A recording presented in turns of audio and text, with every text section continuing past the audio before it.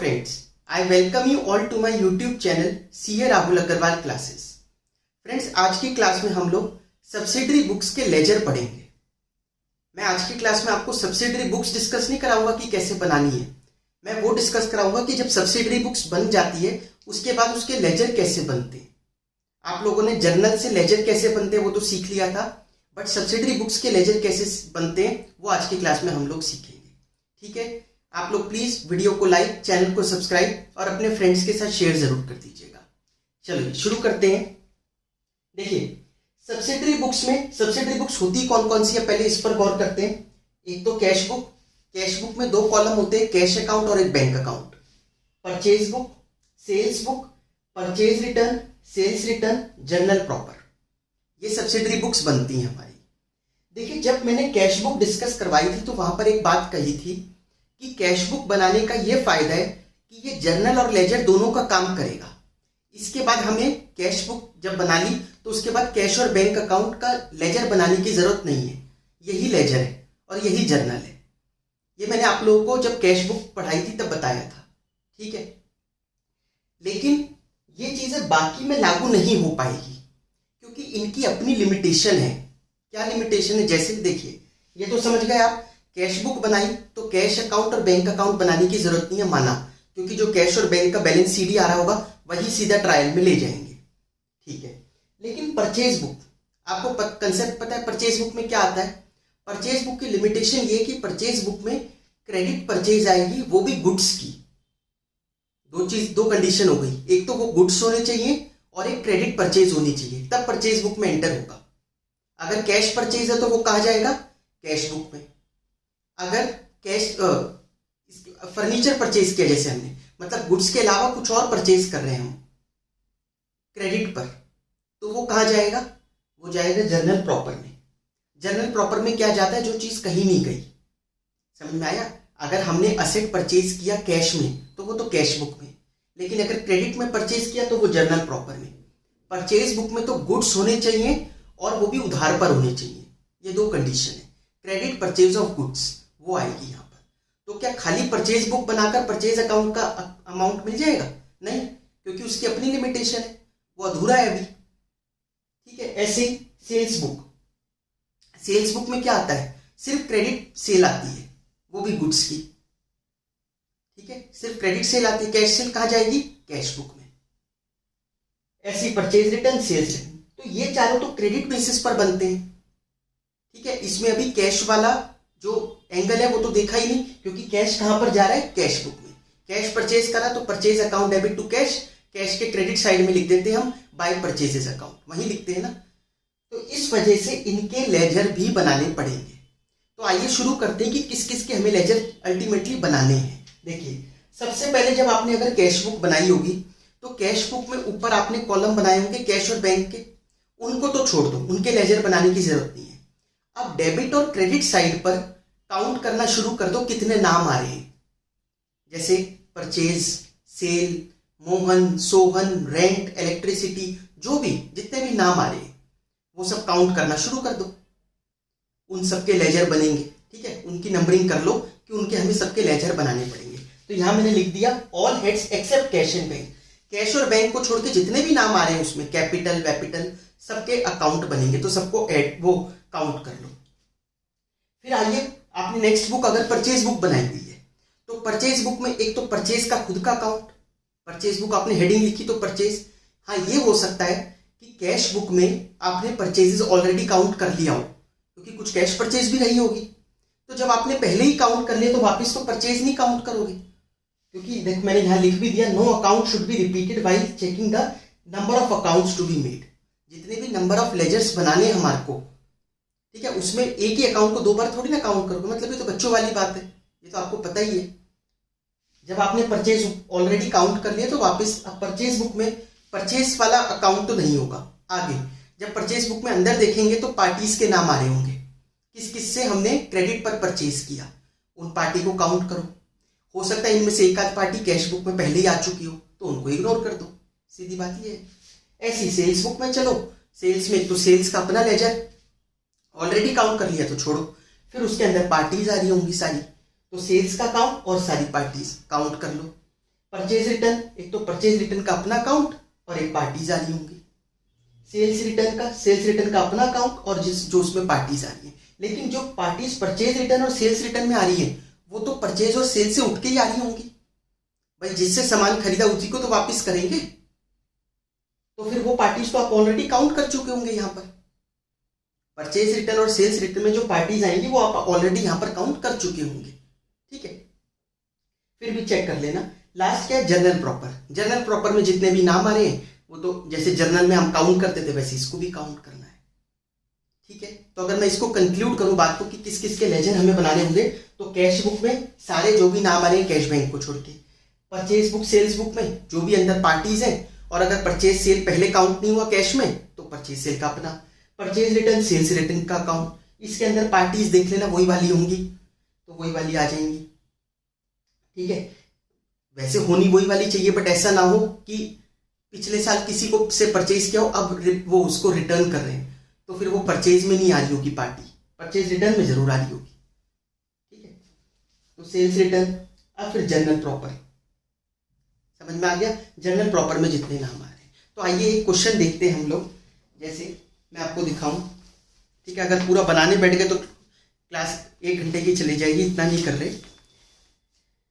इस क्वेश्चन में हमारे को प्रॉपर सब्सिडरी बुक्स बनानी है। प्रॉपर मतलब जो चीज जहां जानी चाहिए एक्यूरेटली वो बताना है, और उसके बाद उसके लेजर बनाने हैं।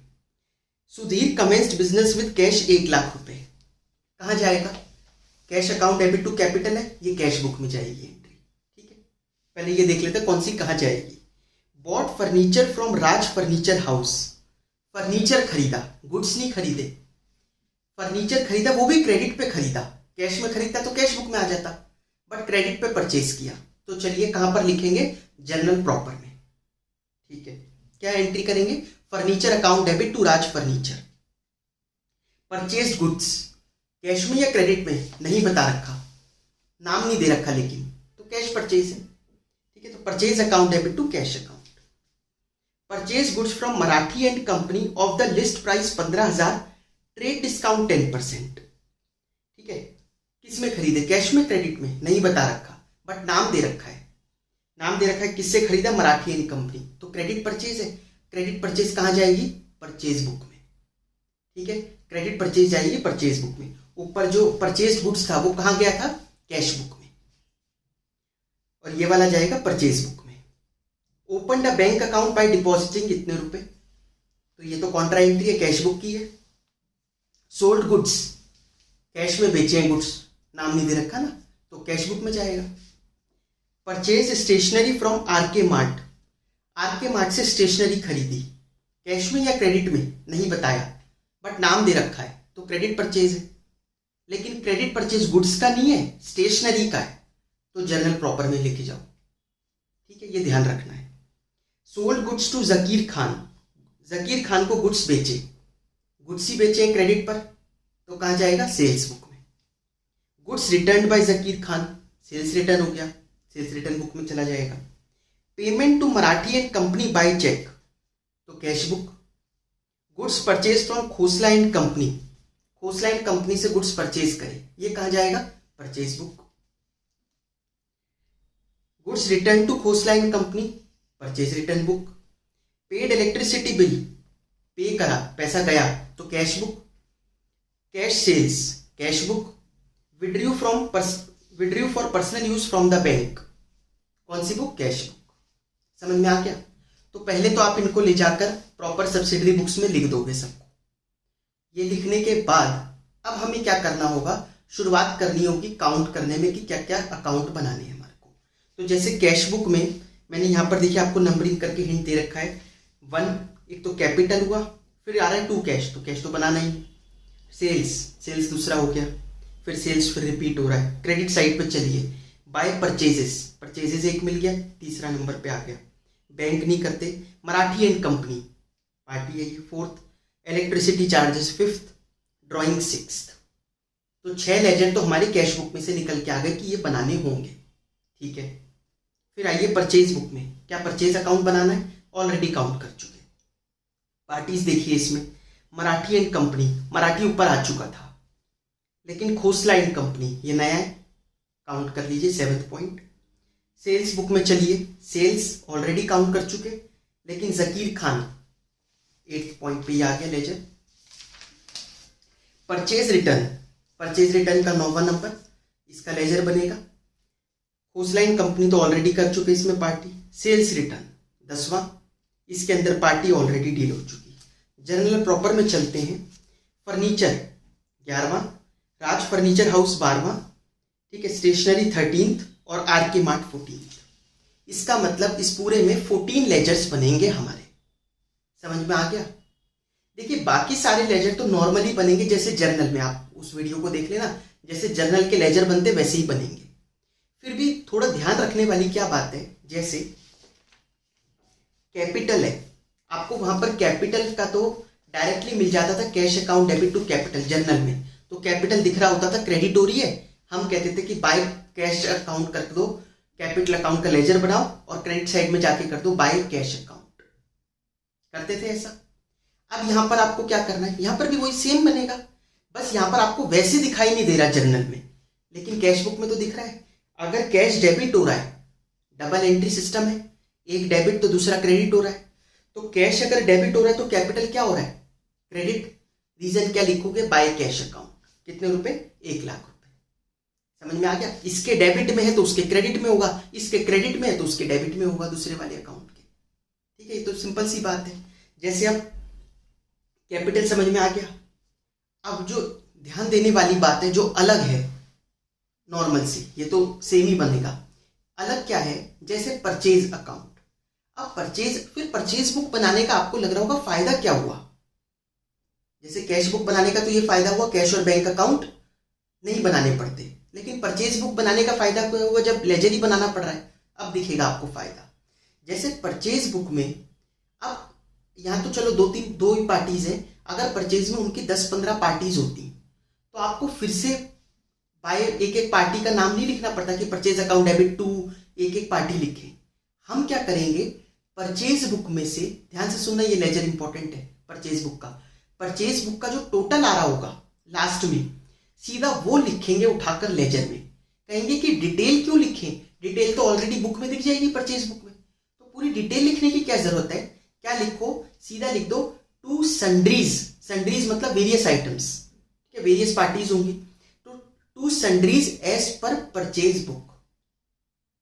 ठीक है, क्या लिखेंगे, to sundries as per purchase book, purchase account में जाकर। जैसे आप देखिए परचेज बुक में लास्ट में डेबिट, परचेज अकाउंट डेबिट किया था हमने 23,500 करा था ना, 23,500, तो जाइए परचेज अकाउंट में और लिख दीजिए to sundries as per purchase book 23,500। ये फायदा हुआ, आपको एक पार्टी की डिटेल फिर से नहीं लिखनी पड़ी लेजर में। लेकिन अगर कैश अकाउंट में भी परचेज आ रहा है, कहाँ आ रहा है, बाय परचेजेस, तो ये तो आपको पता है। अगर कैश क्रेडिट हो रहा है तो परचेज क्या हो रहा होगा, डेबिट। रीजन क्या लिखेंगे, टू कैश अकाउंट। ठीक है, टू कैश अकाउंट कितना, 10,000 रुपए, November 5th। समझ में आई बात? इस तरीके से करना, ऐसी सेल्स बुक होती है। ठीक है, सारी चारों बुक्स ऐसी ही होगी, to sundries as per sales book, to by sundries as per, तो ये to sundries as per sales book, ये हमारे को करना होगा। जैसे सेल्स बुक है, सेल्स क्या हो रहा है, क्रेडिट 13,000 रुपए, तो चलिए सेल्स के लेजर में बाय सन्ड्रीज, क्योंकि क्रेडिट हो रहा है ना, तो सेल्स तो क्रेडिट ही होगा, रेवेन्यू है, by sundries as per sales book, सीधा लिख दीजिए 13,000 रुपए। और सेल है तो देख लीजिए, हाँ है, कैश बुक में टू सेल्स आ रहा है 20,000 रुपए आ रहा है, तो कैश डेबिट हो रहा है तो सेल्स क्या हो रहा होगा, क्रेडिट, बाय कैश अकाउंट, कब, November 10, 20,000 रुपए। आई होप आप लोगों को ये क्लियर हुआ होगा। ठीक है, बाकी लेजर तो नॉर्मली बनेंगे जैसे बनते थे। ठीक है, फिर वो इसका लास्ट में टोटल कर देंगे तो ट्रायल बैलेंस बनकर आ जाएगा। ठीक है, फिर भी कोई डाउट आए तो आप लोग पूछ लेना। मैंने कोशिश करी है कि आपको एक क्लास में पूरा लेजर समझाने की सब्सिडरी बुक्स के। प्लीज वीडियो को लाइक, चैनल को सब्सक्राइब और अपने फ्रेंड्स के साथ शेयर जरूर कर दीजिए। Thank you so much.